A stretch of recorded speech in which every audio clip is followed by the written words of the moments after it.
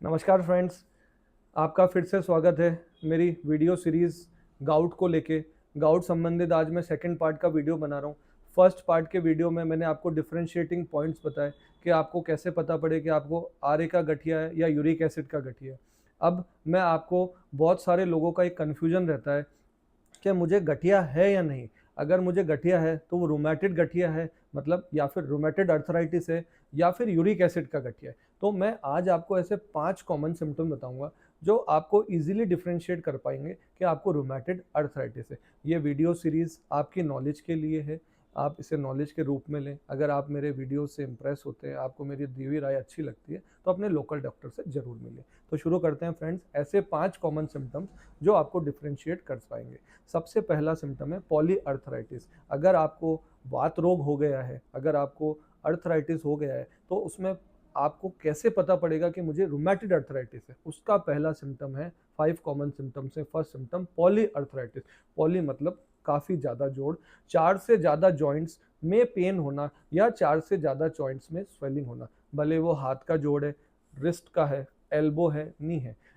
ऐसे अगर कोई मल्टीपल 4 जोड़ में आपको कांस्टेंट पेन बना हुआ है तो वो आपको रूमेटिड अर्थराइटिस हो सकता है।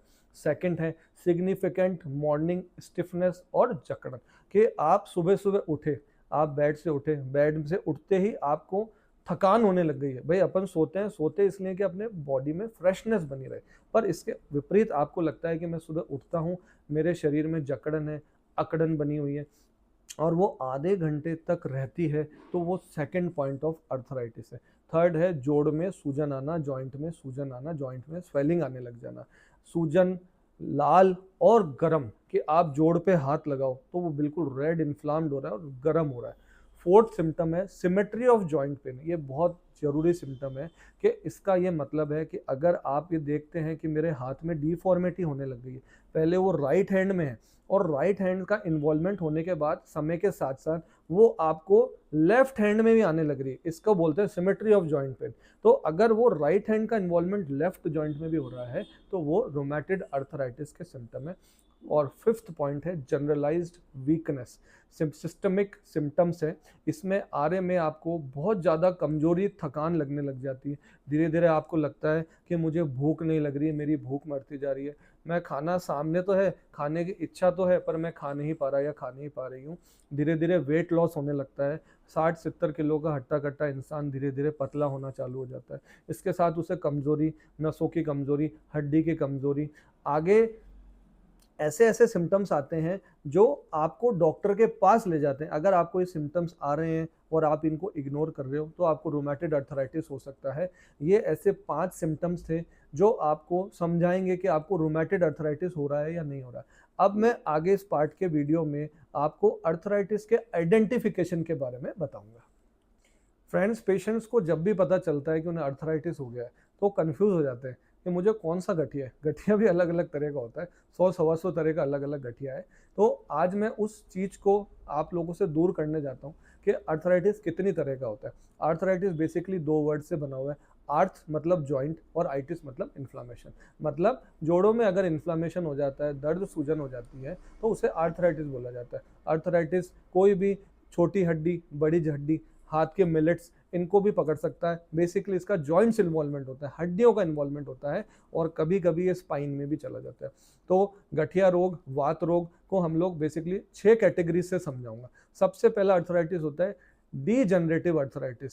मतलब आपको बढ़ती हुई उम्र के साथ, बढ़ती हुई एज के साथ इस तरह का अर्थराइटिस मिलता है। अनुमानिय 50 से 60 साल की उम्र में मिलता है। इसमें आपके धीरे धीरे घुटने घिसने लग जाते हैं, घुटनों के साथ साथ आपकी कमर में बैक पेन होने लग जाता है।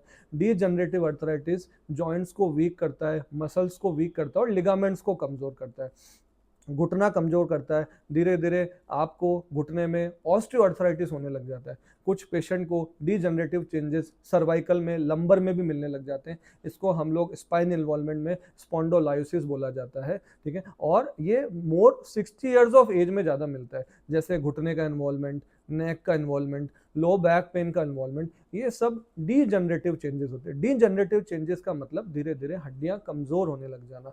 ये जो डीजनरेटिव अर्थराइटिस है ये यंग एज में नहीं मिलेगा, एक मैक्सिमम एज होती है 60 ईयर्स के बाद, तब आपको महसूस होने लगेगा कि चलते चलते आपका घुटना दर्द कर रहा है, कमर दर्द कर रही है, ये जॉइंट्स पकड़ता है। अब आगे मैं इसके सेकंड पॉइंट के बारे में डिस्कस कर रहा हूँ।